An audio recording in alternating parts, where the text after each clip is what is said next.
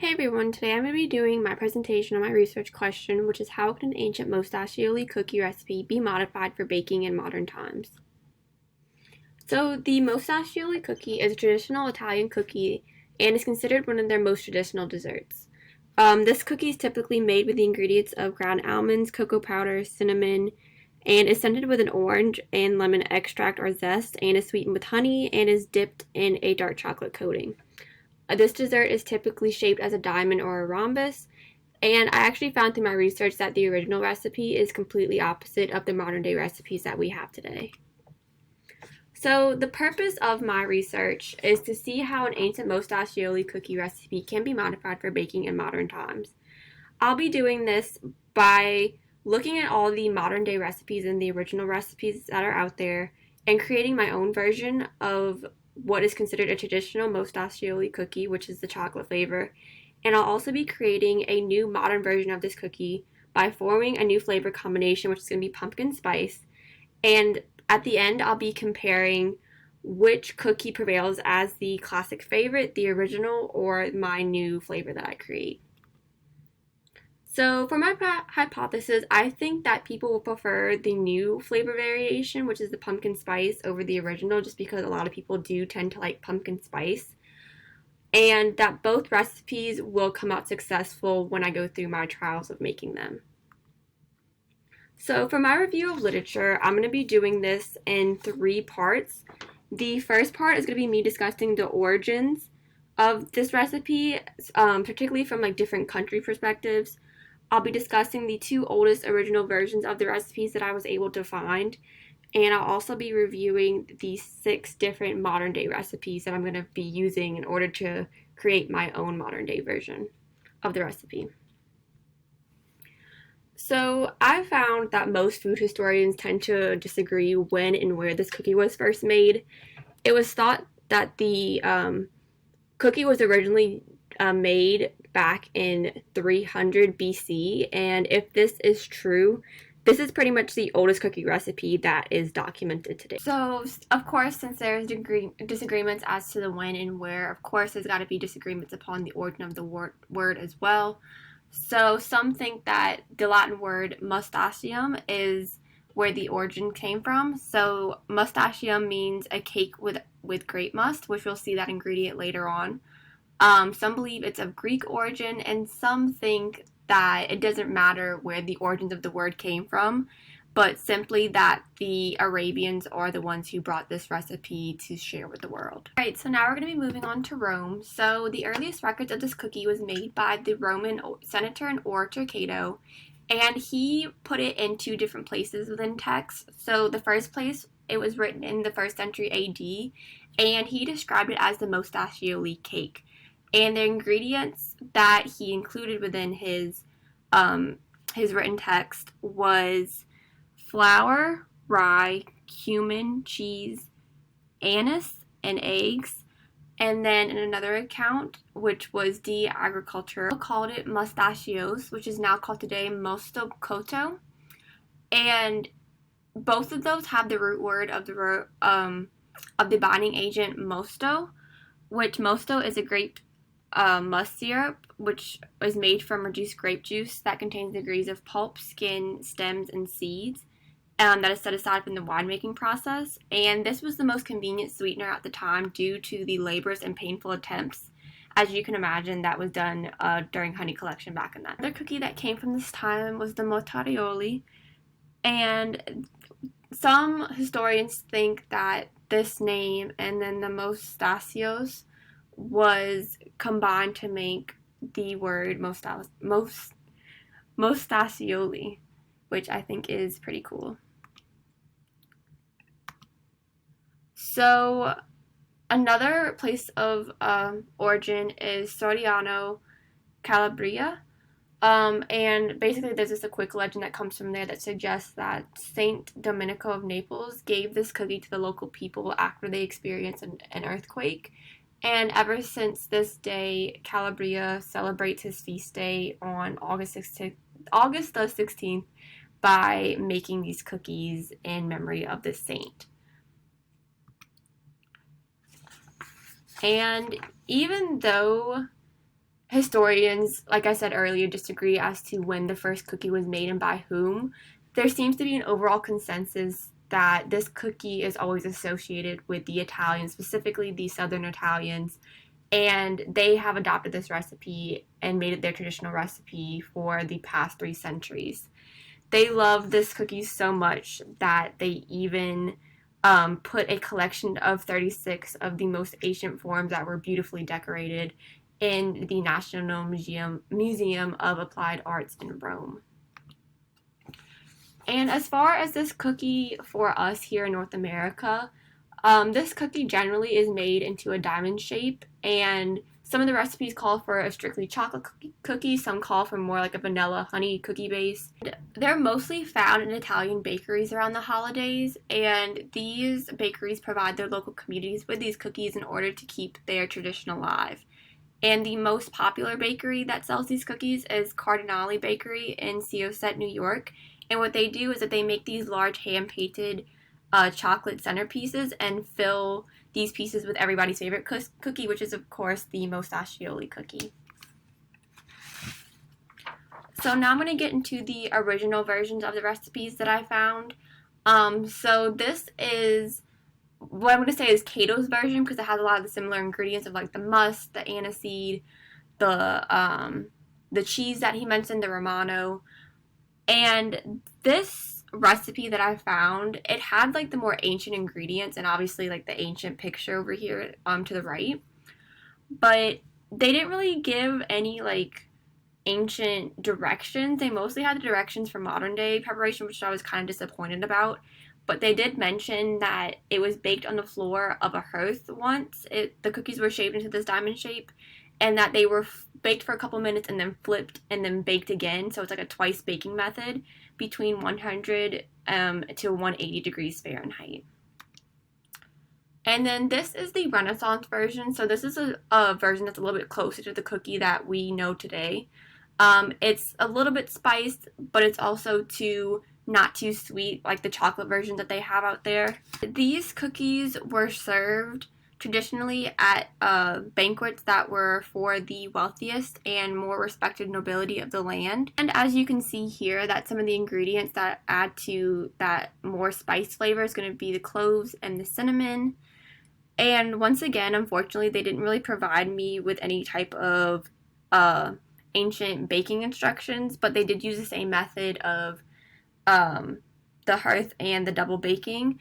But one important thing to note here with this recipe is that they put stamps into these cookies compared to the other cookies using a gnocchi board, which I think is pretty cool.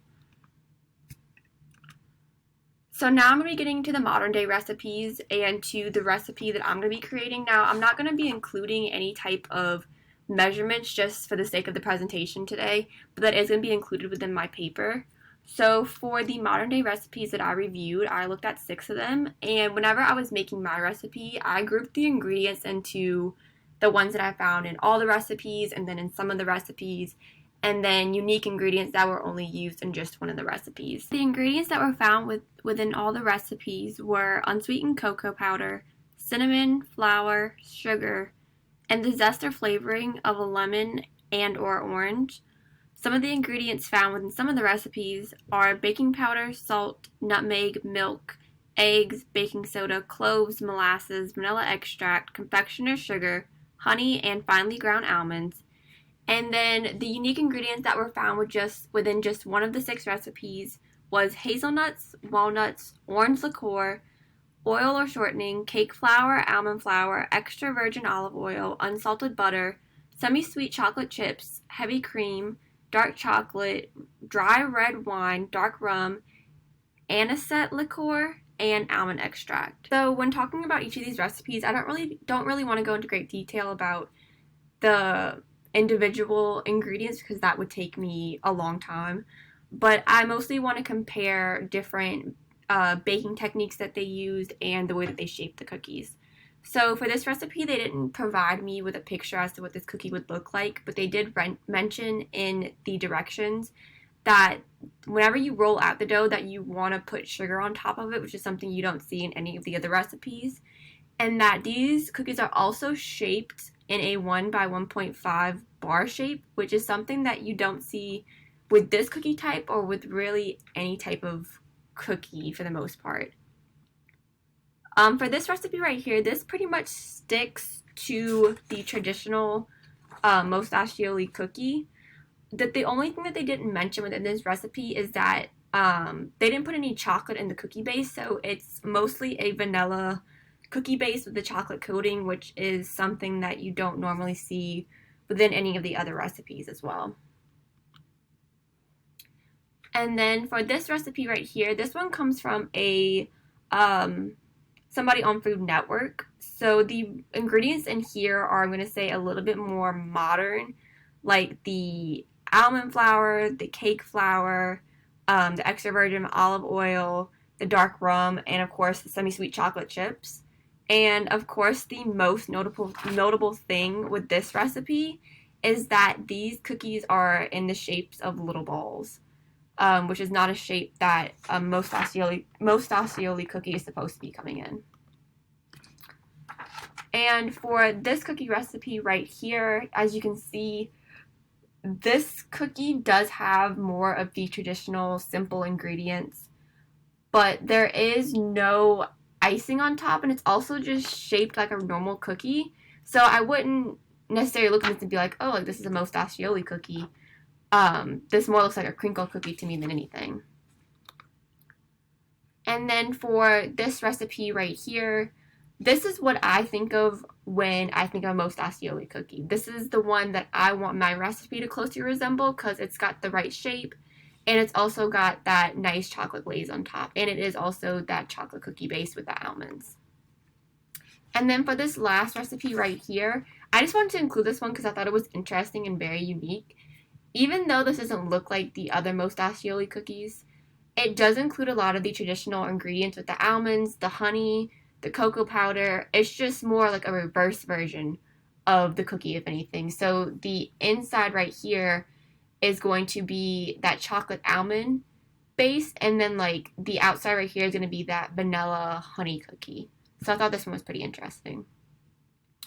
And then I'm quickly going to go over my materials and my methodology for my paper. So basically the way I'm going to be breaking this up is into the modern day version of my recipe, my new flavor variation, which is the pumpkin spice cookie, and then my supplies. Original cookie base, I'm going to be using ground almonds, unsweetened cocoa powder, cinnamon, cloves, all-purpose flour, orange and lemon zest, baking powder, baking soda, kosher salt, unsalted butter, eggs, honey, molasses, granulated sugar, milk, and vanilla extract.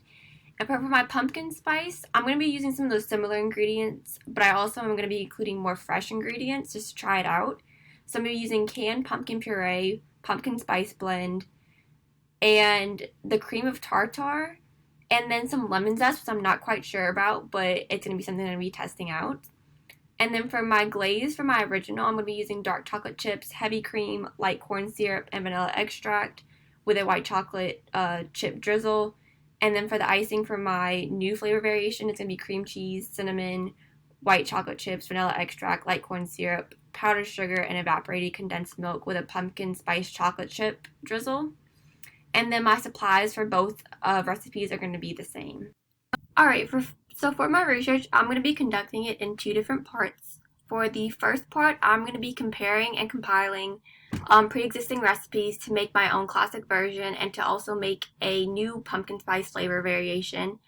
And then once I come up with those two recipes, I'm going to be quantifying the ingredients for a minimum of 30 people, and then I'm going to be documenting the steps and determining any modifications along the way that need to be incorporated into the next trials.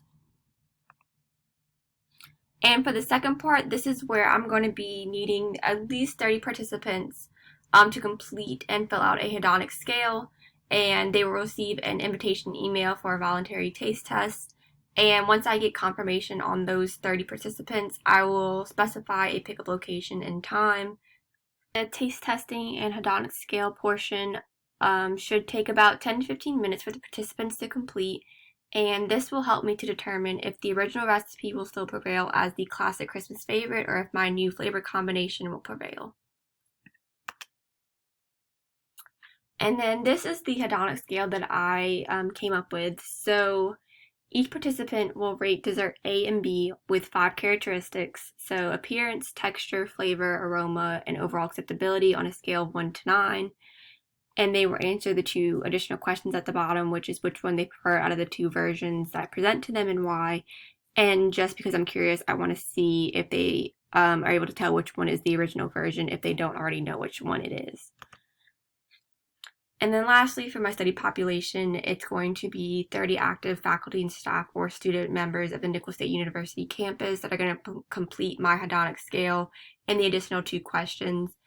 And the inclusion criteria for my participants are going to be them being 18 years or older, having an active status on campus, and having no food allergies to any of the ingredients I use in both of my recipes. And the exclusion criteria is going to be them being under 18 years old, not being an active member of the campus, and having them having any food allergies to any of the ingredients I use in both of my recipes. And then here are my 2 reference slides.